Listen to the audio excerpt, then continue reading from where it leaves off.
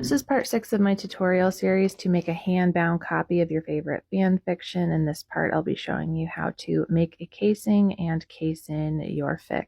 Start by measuring and cutting the cover boards. I measure the height of the text block, which in this case is 8 inches, and add on 1/2 inch for overhang. I measure the width exactly, which in this case is 5.5 inches, since we'll be adding a little bit of space for the hinges later.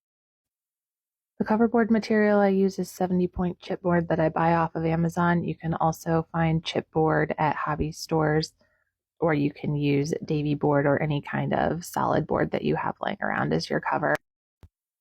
Carefully cut the boards with a sharp box cutter. You can also use a dull box cutter, but it's a much bigger pain in the ass as well as a safety risk. Go several times using deep, firm cuts. For the spine, I like to use a more flexible material, and I find that cereal boxes work great for that. They're usually 18 to 21 point paperboard.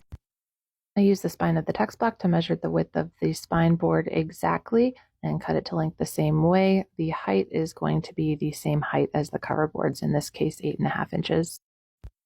There, perfect fit.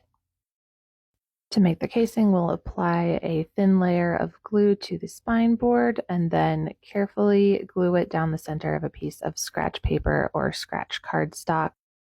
Then flip the whole thing over and gently use a bone folder to press in hinges along the edge of each side of the spine. Mark the hinges 1/4 inch wide on each side of the spine, and then apply another thin layer of PVA glue to each flap. Using the ruler as a guide, I line up the bottom of the front cover and place it gently on the flap that was just glued, and repeat on the other side so we have a nice straight flat bottom to the casing. Flip the whole thing over and use the bone folder to press down the seams, and take the opportunity to mark the front and back covers of your casing so that you don't accidentally case it in upside down later. Now we're going to trim down the casing so that it has a perfect even overhang the whole way around the text block. Making sure the spine of the text block is pushed totally back against the spine of the casing, we're going to use a little ruler to mark 3 millimeters from the edge of the text block to the edge of the cover. On the top, we'll measure 6 millimeters to account for the overhang on the top and bottom and save ourselves a cut. Carefully trim all 3 edges, and then you will end up with a casing that has a perfect 3 millimeter overhang around all of the edges of your text block. Now it's time to wrap the casing in the cover material. There are a lot of tutorials out there about how to use book cloth, so I'm going to use faux leather since it's one of my favorite binding materials. I buy large rolls of couch leather repair kits off of Amazon for about 20 bucks. They come in tons of colors, and so far I've had a lot of success. I use my big rotary cutter and quilting ruler to measure 2¼ inches from the top of the casing so that I've got plenty of overhang the whole way around the casing. I trim the length the same way, lining up the edge of the casing with the edge of the leather and trimming 2¼ inches from the edge.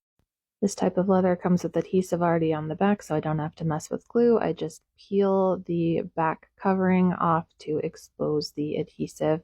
Then I stick the casing spine down into the middle of the leather, careful to make sure that the overhang is approximately even on the top and bottom and on the edge.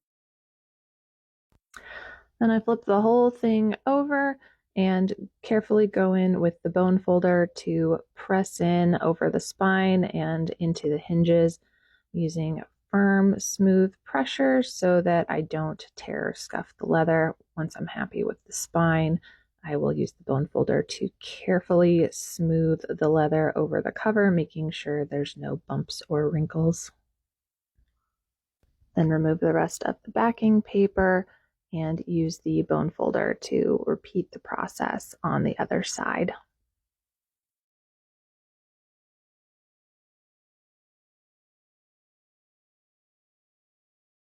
Next, I'm going to trim off all 4 corners at approximately 45 degrees. It doesn't have to be a perfect 45, but close counts. I'm going to not trim all the way up to the corner. I'm going to leave about 3/16 of an inch of space so that there's enough room to fold it over. Starting from the long edges and starting from the middle, I use my fingers to fold the leather up over the width of the casing and then gently press it up, stretching and smoothing with my fingers until I get adhesion.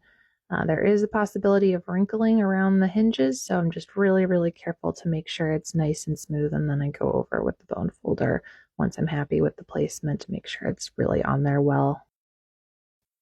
Fold down both the top and bottom before moving on to either of the sides. This is important so that the book will slide smoothly onto and off of shelves and not accidentally catch and tear your casing. Once you get to the short sides, use your bone folder to crease in the corners of the flap like you're making a bed.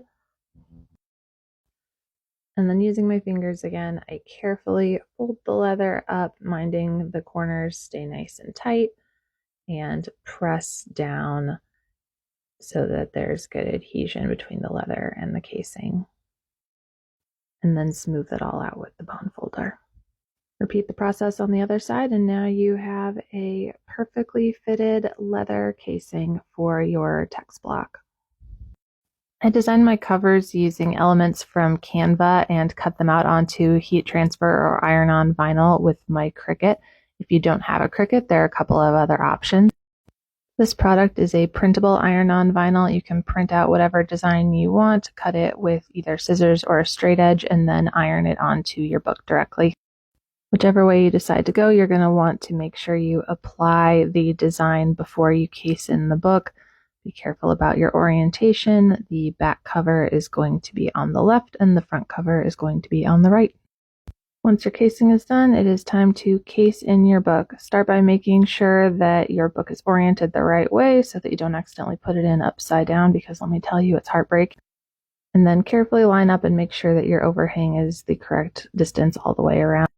Stick a spare piece of parchment paper under the last end paper to protect your text block and apply a good amount of PVA glue.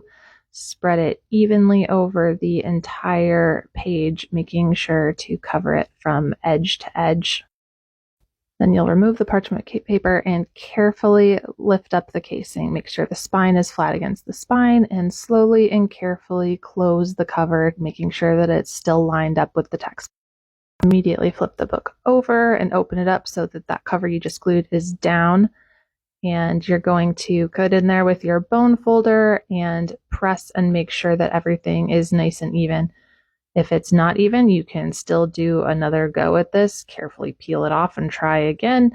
But if you were careful the first time around, it should be pretty good, and you're just going to want to push it down nicely with your bone folder. Then slip in another clean piece of parchment paper with no glue on it and close it back up. This is important so that the moisture from the glue doesn't seep into your text block while you're waiting for it to dry. Then go ahead and follow the exact same process on the other side, being careful to make sure you've got a thin coat of glue and that your spine and cover are totally lined up when you close the book. Finally, slide the whole thing back into your book press and let it press for a good 30 minutes while you wait for it to dry. When it comes out, you will have a fully bound fan fiction that is ready to be read.